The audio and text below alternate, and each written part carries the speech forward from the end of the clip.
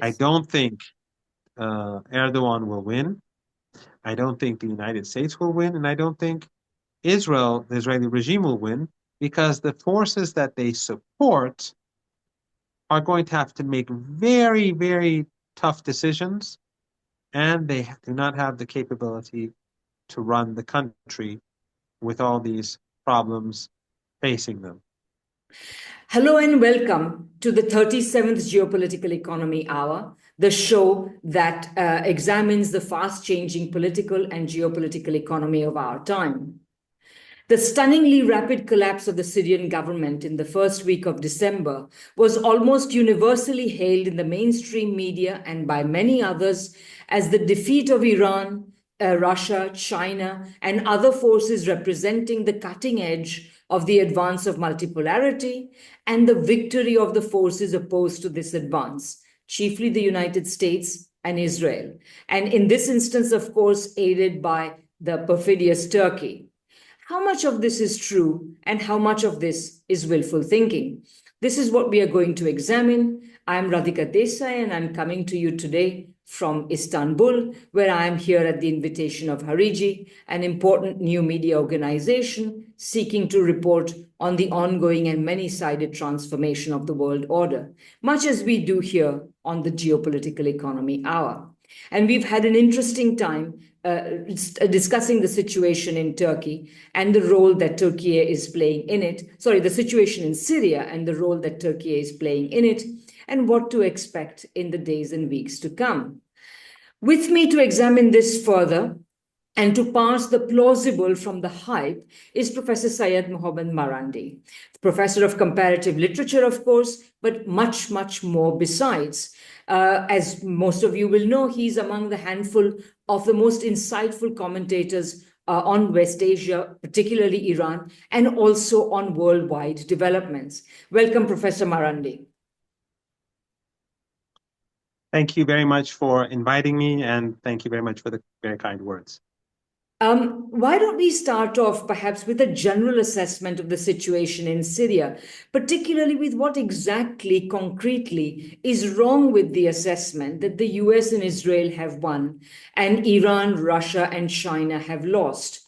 Let me just begin by underlining how this interpretation is getting baked in. Even the normally sober and objective Quincy Institute for Responsible Statecraft concludes about the current situation in Syria as follows. And I will just I will just quote a very brief sentence, a couple of sentences from their recent report. They say the Syrian earthquake emblematizes the dramatic shift in regional power owing to the defeat of the so-called axis of resistance, the amputation of the Shia crescent, and the regional ascendancy of Israel. Although the correlation of regional and external forces might swing in another direction in time, the new dispensation will be the context for the US policy towards Syria in the aftermath of the current crisis.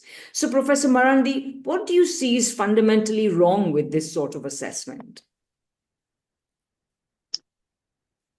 First, I wouldn't call it a Shia crescent. That is something that I think Abdullah II of Jordan coined, or was something that was coined for him. The axis of resistance was basically created to help the people of Palestine. And the people of Palestine are overwhelmingly Sunni. So it really doesn't make sense for anyone to look at it from that particular perspective or make that sort of coin that sort of term, especially since Syria is not a Shia country. The leadership of Syria was an Alawite, which is different from being Shia. His wife was Sunni, and the party that ruled was the Ba'athist party, which had nothing to do with religion or Shia Islam. So I think that's one problem. But I think there's no doubt that this was a tactical victory for the United States, the Israeli regime, and Erdogan. And I say Erdogan because I don't want to say Turkey or Turkey, because I think it's not a victory for the people of Turkey, and but it is a victory for Erdogan, which I'll point out. And by extension, it is a defeat. It is a tactical defeat for the Axis of Resistance and the Russians as well, and by extension, the Chinese and the global South and so on. But I think while it's impossible to predict the future with the confidence, I think things will probably not remain this way. And there are hosts of reasons for this. First of all, the United States has to make a decision about what it's going to do in Syria. Is it going to withdraw completely or not? If it does not withdraw, then it puts a very difficult decision in front, or a difficult problem in front of Julani and Al-Qaeda and I say Al-Qaeda because that's who they are. So HTS is basically Al-Qaeda. So what do they do? Do they allow the Americans to continue to steal Syrian oil? And send it to the Israeli regime? Do they allow the Americans to continue empowering their proxies in 1/3 of the country? Do they allow the Americans to continue stealing their grain and their wheat and their grains? That is one problem. And this, after the euphoria of Al-Qaeda's victory and its allies, which that is an important point that I'll get to briefly, this is going to become increasingly a problem. Then, of course, there's the issue of Turkey. Until now, Erdogan controlled this organization. He controlled Al-Qaeda and the other terror groups. But after this massive victory, and I think it was definitely unexpected for Turkey and for Erdogan, it's not clear how much leverage Erdogan will have over this group, because this group has achieved such success in their own eyes that their stature has risen. Western diplomats are visiting them, and they probably want to have a greater say in running the affairs of their regime. Then there's the issue of the Israeli regime, and that is very problematic. The Israelis have moved forward and taken key areas in southern Syria. They've already occupied, as we all know, the Golan Heights illegally, and they've annexed it. But now they've taken a large piece of territory, over 3 times the size of Gaza, but very strategically located, and they've taken the country's key dam, with huge water reservoirs and the highest mountain. In my opinion, this is a major tactical victory for the Israeli regime in itself. But this causes major problems, and that is that it humiliates the new regime. It humiliates Al-Qaeda because they keep telling the Israelis that we will not be a launching pad for violence against you, and that, of course, is going to have an impact on the Arab population. It's going to have an impact on the Palestinians, who are gradually going to see that these people, who some of them thought would come and save them, that they have no intention of doing anything against the Israeli regime. But in addition to that, these people will be seen as weaker than the Syrian government was in the face of the Israelis. And the Israelis keep bombing them. The Americans keep bombing them, destroying their infrastructure in a way which we've never seen before. Some of the explosions look like nuclear explosions. They're so massive. this is not going to look good for HTS, and it's not going to look good for Jolani. And in my opinion, this was a major blunder by Netanyahu, because it is in Netanyahu's interests to strengthen this regime. But what he is doing is that he's delegitimizing the regime. And Netanyahu cannot pull back anymore, even if he wanted to, because his coalition partners are definitely saying this is ours now. Yeah. So this is going to be a big problem for the Israeli regime, and it's going to be a big problem for Jolani and Erdogan, because all of the bombings that are being carried out against Syria, all of the land grab, people will start looking at Erdogan and saying, well, what are you going to do about it? How are you going to stop this? You didn't do anything for Palestine. You let Gaza be destroyed and you didn't give them a single bullet. Now these are the people that you funded. You've been funding Al-Qaeda and ISIS and all their affiliates for well over a decade. And what do we have now? So these are all going to be major concerns. In addition to that is the fact that the economic problems in the country are so severe and so massive that they will need stability. And a regime that refuses to recognize the legitimacy of minorities who together are almost half of the society, Kurds who are predominantly Sunni, but they have a very different worldview, uh, the Alawites, the Christians, the Druze, all of them are going to be fearful of the days and weeks and months ahead. Absolutely. So while you have all of these problems, then you have the biggest problem, in my opinion, and that is that HCS is itself a divided organization. But that aside, its allies are very different. They have foreign fighters and Syrian fighters from other groups. Some of them are far more extreme than they are. If Jolani does not abide by the principles that they believe in, then there could be war. They could start undermining him. They could start attacking his troops. There could be If civil he war, what you're allows the saying. foreign fight, There could be sorry? civil war. There could be civil war.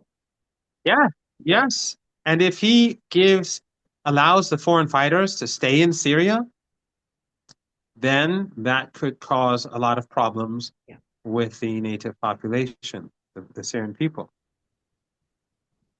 So if he moves to one extreme, he will be marginalized in one way.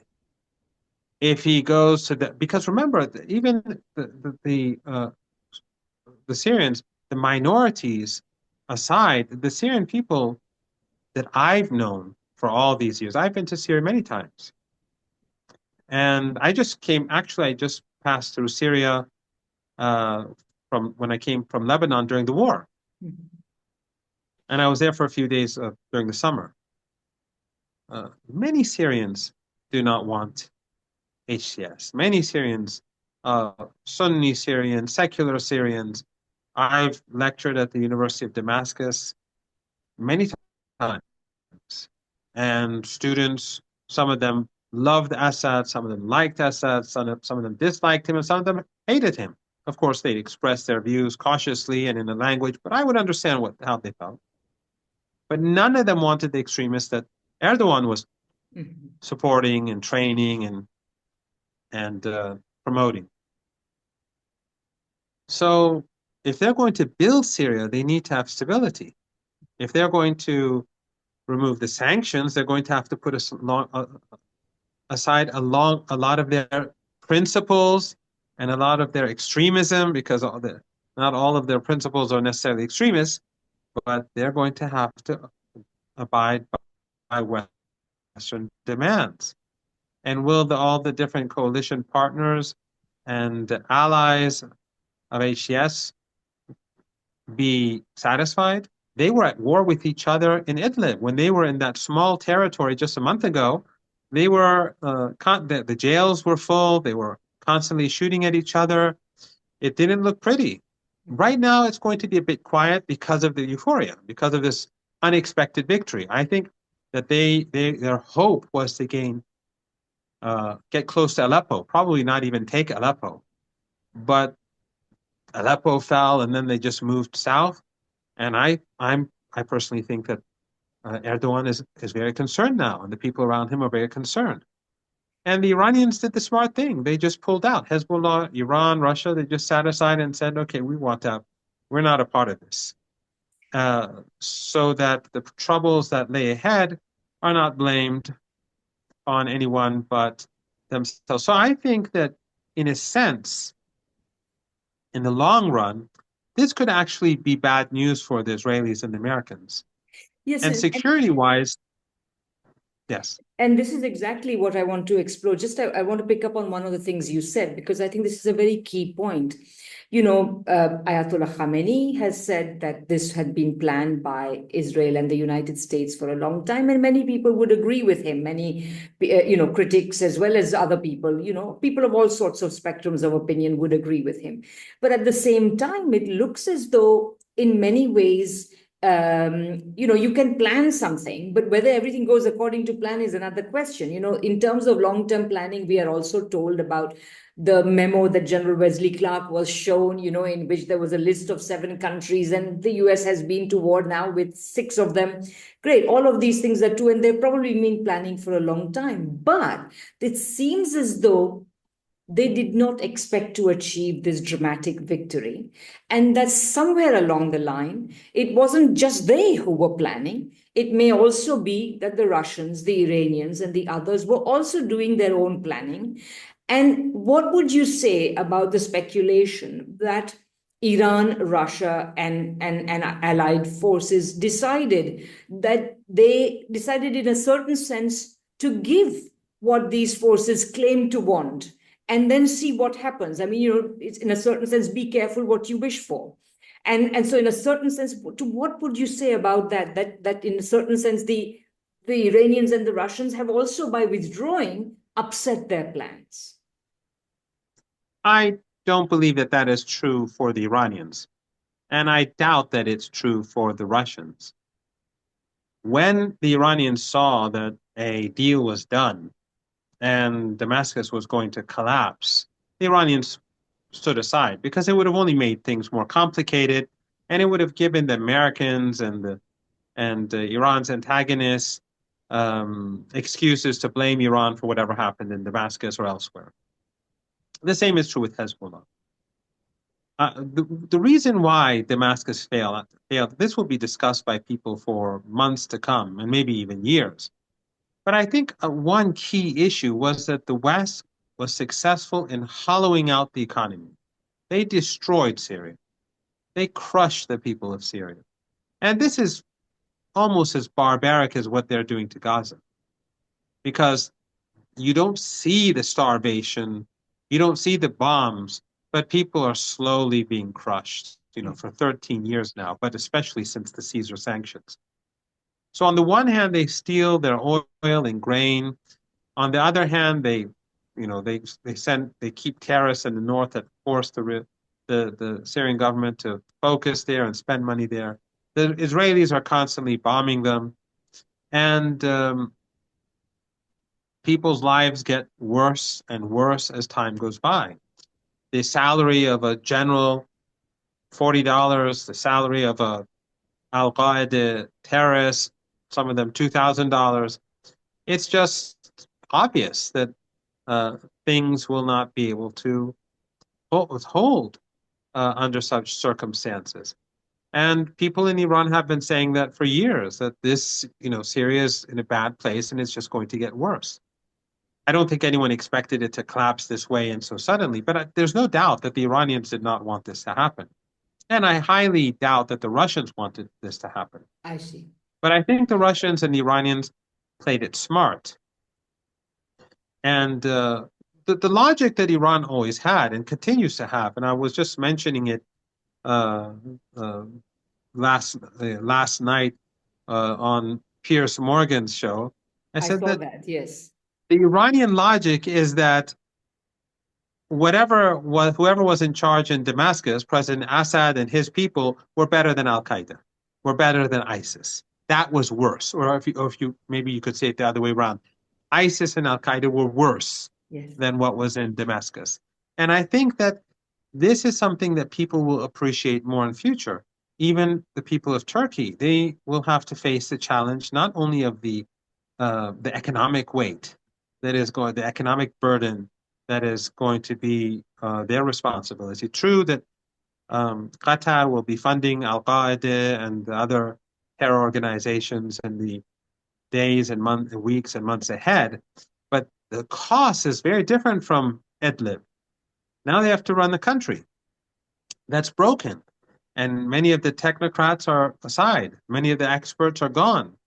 And now they're going to be these terrorists who many of them are just killers who are going to have to make decisions about healthcare, about the economy, about services, about keeping the streets clean. It's not going to be easy, to say the least. There's going to be a huge economic burden. You're going to probably see a rush of refugees coming back to Syria, but then life is not going to get better. I mean, the Qataris can, spread a lot of cash for a while, but that's not going to change the situation. It's just going to act as an aspirin to ease the pain for a while. So, and then there's the cultural burden that's we're going to see that with the euphoria of the terrorists of Al Qaeda and ISIS, because there are remnants of ISIS among them. We've seen the black flags and their affiliates. They are now their supporters are going to be encouraged. It's going to impact Turkey. It's going to impact Saudi. It's going to impact Jordan. It's going to impact Egypt. It's going to impact Western Iraq. So, and if Jolani does not spread his revolution, then he'll be in trouble.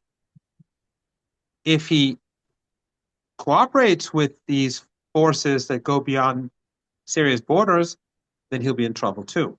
Yes. Right now, the Chinese, I've spoken to a number of Chinese experts over the last few days who are very concerned about what's going on in Syria. They're very upset. They see this as a threat to Chinese national security, and they're very angry with the Turkish president. So there are very complicated issues that are at play. So I don't believe that the Iranians, for a moment, they were like there was a secret plan to let this happen. But I think that when the Iranians saw that this was inevitable, they were not going to do anything that was just complicate the issue more and cost lives and make and create greater hostility between Iran and the people who are now dominating Interesting. Damascus. Yeah. What do you think? Obviously, we're in this kind of liminal period period between the election in the United States and the inauguration, which will happen at the end of January. And many people would say that in some ways, at least, Biden, whether it is in Ukraine or in West Asia or elsewhere, Biden is maybe trying to create a number of fait accomplis for President Trump. So what are some of your thoughts on that? I mean, do you think that's happening? And also, do you think that President Trump, when he's inaugurated, will be pursuing a significantly different line? As we know, on the one hand, it is said about him that he is completely pro-Israel, etc. And of course, there is the whole issue of Gaza and what will happen there and Palestine more generally. And then there are those who say he is very transactional, which sometimes seems to me to be a hopeful thing to me rather than being ideological. So maybe if you could say a few thoughts on, share your thoughts on that. I can't add anything to the conversation because I think all of what you said is widely debated, and it's I don't have any inside information that would contribute to that. But what I can say is that there is no doubt that Biden is trying to complicate the situation for Trump, and we see that in Ukraine, the sudden rush to give Ukraine um, extra funding and weapons and the ability to continue the war for a bit longer in order to make it more difficult for Trump to come to terms with Russia, in order to make it more costly for Trump to do so, and also to humiliate Trump when Ukraine is ultimately defeated, so that they can say that it was, we kept Ukraine alive and under Trump it fell apart. In our region, I think the same is true. What happened in Syria? If we look at if we go back in a bit and recall that Tulsi Gabbard visited President Assad or former President Assad, and her views were very different from the political establishment in the United States, and that's one reason why she's constantly being attacked. I think it's clear that the fall of the Syrian government is not necessarily something that's going to make Trump happy.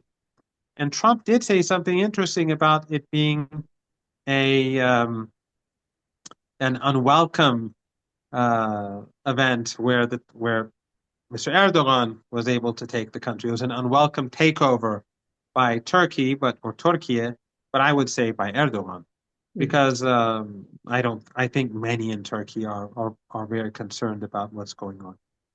But I think that by complicating the situation in Syria, they want to make things more complicated for Trump. And it's partially due to internal issues, because Trump wants to go after the deep state, the CIA, the FBI, and all the other agencies. He wants to reform the economy in a way which is not going to be good news for Biden supporters or supporters of the Democratic political establishment. And so the more he is stuck with crises outside of the United States, the less energy that he will have to fight or wage war against his enemies at home. And we have to remember that the Republican Party is not on his side on many of these issues. So he owns or controls a faction within the Republican Party, but of course he has more, what should I say, popular, I don't want to say legitimacy, but popular support than Appeal. anyone else. So that is basically what will carry him. And if he is unable to bring about change, he is going to lose that popularity. And if he engages in war, again, he is going to lose that popularity because he promised not to engage in war. But he has said many dangerous things. Some believe that he is going to intensify conflict with Iran. Actually, I think that it's going to be more difficult now that Syria has fallen. The region is going to be much more complicated for Trump. Uh, the spread of extremism is one danger. Syria, to be very blunt, is going to be less of a financial burden for Iran. Iran would constantly send oil to Syria so that people could have electricity. It's going to be less of a burden. Iran will help rebuild Lebanon, but the burden of Syria will no longer be there, and for the time being. And also, Iran's economic relationships with countries across the global south are different from what they were 8 years ago under Trump. The relationship with Russia has evolved, the relationship with China has evolved, with India it's evolving, and with neighbors. And the relationship with countries across the global south are different. And the United States has challenges today that it didn't have back then. So I'm not sure how much ability Trump has to focus on Iran. I'm sure it's going to be challenging for Iran, but I think it's going to be very challenging for the United States. And we have to remember that the war in Ukraine continues as all of this is happening. So the United States cannot focus on Iran, cannot focus on Ukraine, and it cannot focus on China, and it cannot focus on Trump, meaning Trump, on the deep state or the challenges at home all at the same time and expect victory and success. I mean, that's a really vivid description, I think, of what you feel Biden is essentially doing, in a sense, laying traps for Trump. And I think that's very insightful. I have a question, very specific one. I mean, you rightly say that Trump would like to turn the screws on Iran, but there is also an opposite temptation for Trump. I mean, if Trump did manage in his transactional way to try to do some sort of deal with Iran, with a view to perhaps getting a Nobel Peace Prize, because that has eluded him so far. I mean, how serious, how possible is it? And also, if you could comment on where all this, over what has happened over the last 2 or 3 weeks, leaves Iran, the axis of resistance, and the Palestinian cause.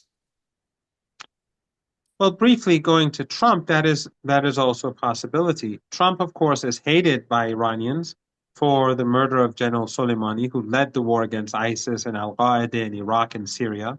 Fortunately, at least in the case of Iraq, ISIS and Al-Qaeda have no real foothold in most of the country. There's a possibility that the west of Iraq could become unstable, but at least for now, thanks to him, the popular mobilization forces in Iraq were established, the Iraqi army was strengthened. So we have a much stronger Iraq today than we had back then, partially thanks to him, and partially thanks to the resilience of the Iraqi people, and especially those who joined and volunteered to fight against ISIS. So, but Biden has carried out a genocide, a Holocaust in Gaza. Biden has helped slaughter thousands of people in Lebanon. Biden has helped bring Al-Qaeda to power in Syria, according to his own, it's not an admission, he's proud of it, that both Biden and Netanyahu take credit for bringing Jolani to power in Damascus. And I think that is also something that later on, as life gets more difficult in Syria, people will start thinking about more seriously. During the euphoria, many of their supporters will just reject it. But when time goes by, people begin to think more differently, and when the circumstances become very difficult. But so it's difficult to say. If Trump behaves reasonably towards Iran, or more reasonably, the Iranians will reciprocate, even though they despise him for the murder and also for the maximum pressure sanctions, Yes. which, by the way, he didn't initiate. They were initiated by Obama. He revived them, or at least he reinforced them or strengthened them. But if he does move in a different direction, without a doubt, the Iranians are not going to behave like children. They're going to reciprocate. But if he moves towards a dangerous situation, if he attacks Iran, then that will lead to a regional war, because all U.S. bases are in the Persian Gulf region. That would mean global oil and gas markets will be in chaos, and that will bring down the global economy. It will bring down the region, but it will also bring down the global economy. And that will be catastrophic for Trump. So hopefully he's not going to make such foolish moves, and countries in the Persian Gulf region, these tiny states, should be pushing very hard to make sure he doesn't make those stupid decisions, such a stupid decision, because the Israelis want this. No one wants a regional war, except for the Israelis, except for Netanyahu. So that is something that we have to take into consideration. But the axis of resistance, this has been a setback. There is no doubt about that. This has been a tactical defeat, in my opinion. But Hezbollah has shown its resilience. It will remain the most powerful force in Lebanon. A lot has changed over the last 14 months, because I think people across the region and across the world see Hezbollah in a very different light.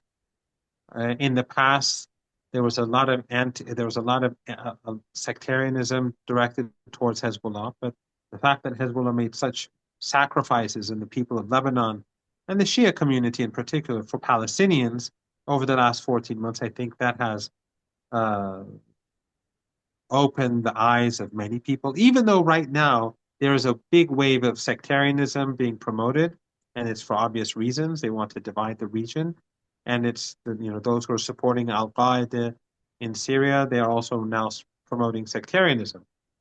But it's the world is very different from what it was in 2012 and 13 and 14, and many people in this region and, of course, beyond the region see Hezbollah for what it is. So Hezbollah's stature has risen dramatically. Hamas has also risen. Its stature has risen.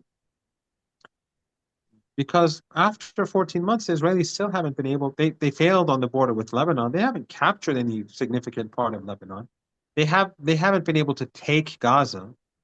And that is an extraordinary defeat for the regime. In fact, I would say that the Israelis lost the war until they were able to defeat the Syrian government. And that, I think, means that at least militarily, we can no longer say they lost the war. We can say it's a complicated situation. They failed on the battlefield in Lebanon. They failed on the battlefield in Gaza. Remember, in 1982, when they invaded Lebanon, they went all the way to Beirut in days. Mm-hmm. And then they took Beirut. But in 2 months of heavy fighting, they failed to take any major city in Lebanon. And they were the ones who sought a ceasefire. In Gaza, in the past, the Israelis would go all the way to the Suez Canal. But after 14 months, they're still stuck in Gaza. But most importantly, the Israelis have been exposed to the world as a genocidal regime. They've been seen as a regime that's willing to that is carrying out a Holocaust. They can no longer hide behind anti-Semitism or hide behind the Holocaust, because people have now see them for what they are. And people are much more aware than in the past, across the region and across the world. And people across the region hate the Israeli regime in a way in which they, I think that much more than ever before. So this is a big achievement for Hamas, for Islamic Jihad, for the resistance. The stature of Ansar Allah has gone up tremendously because they tried to. And the Houthis are still around. Yes, Ansar Allah. That's what I meant. Yes. Or the Houthis, as they call them, Ansar Allah in Yemen. Their stature has risen, and they still impede traffic in the Red Sea that helps the Israeli regime. So. While it is a major setback, no doubt, it's a tactical defeat. But I think if you do see elements of victory, the most important being that the image of Israel has been permanently destroyed, and the West, the collective West, because they've been behind this Holocaust, and it's been carried out live in front of a global audience for 14 months, which is unprecedented in human history. But I think going back to Syria, we have to see how Syria plays out. For me, it's unclear if Israel will really be the victor. Yes. I don't think Erdogan will win.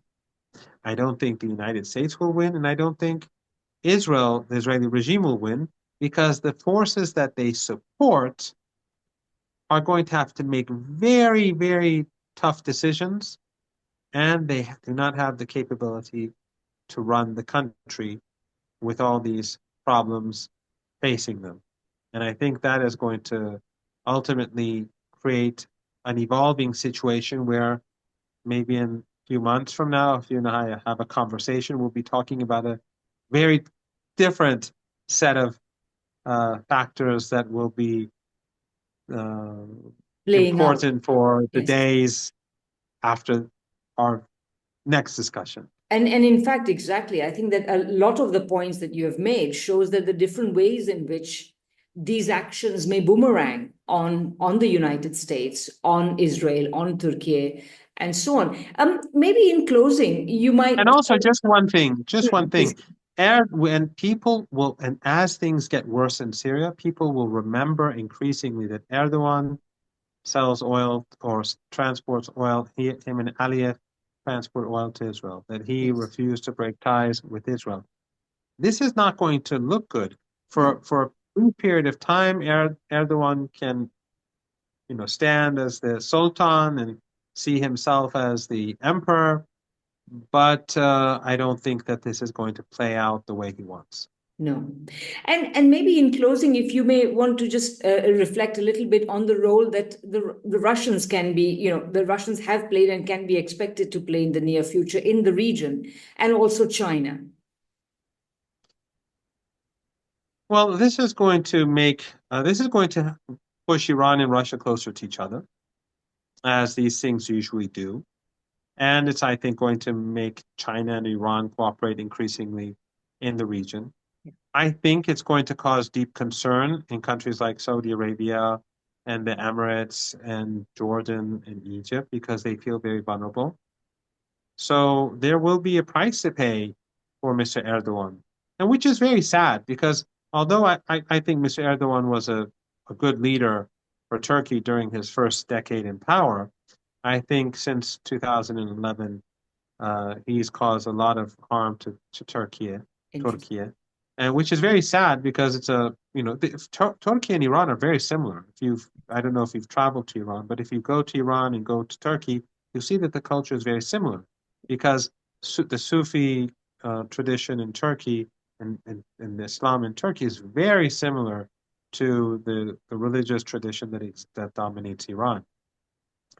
And this is, of course, very sharp and very much in contrast, or at least historically, very much in contrast with the values of Al Qaeda and ISIS and these groups. But now, interestingly, for example, Saudi Arabia is going to uh, feel concerned because Saudi Arabia, much more concerned than before, because Saudi Arabia no longer has a crown prince or a king that is seen as the uh, the Bulwark godfather of of Islamic. Wahhabism and Salafism, Mm. and Mohammed bin Salman is driving the country towards secularism, inviting dancer women, half naked on stage and concerts, and then you see the Salafists and ordinary people in Saudi saying, "Why didn't we do anything for Gaza?"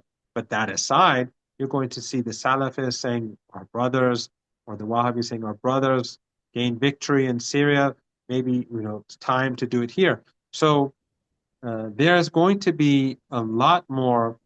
There are a lot of questions Mm. uh, with regards to policy and the shifting policy of countries, whether Russia, whether China, well, whether Saudi Arabia or others.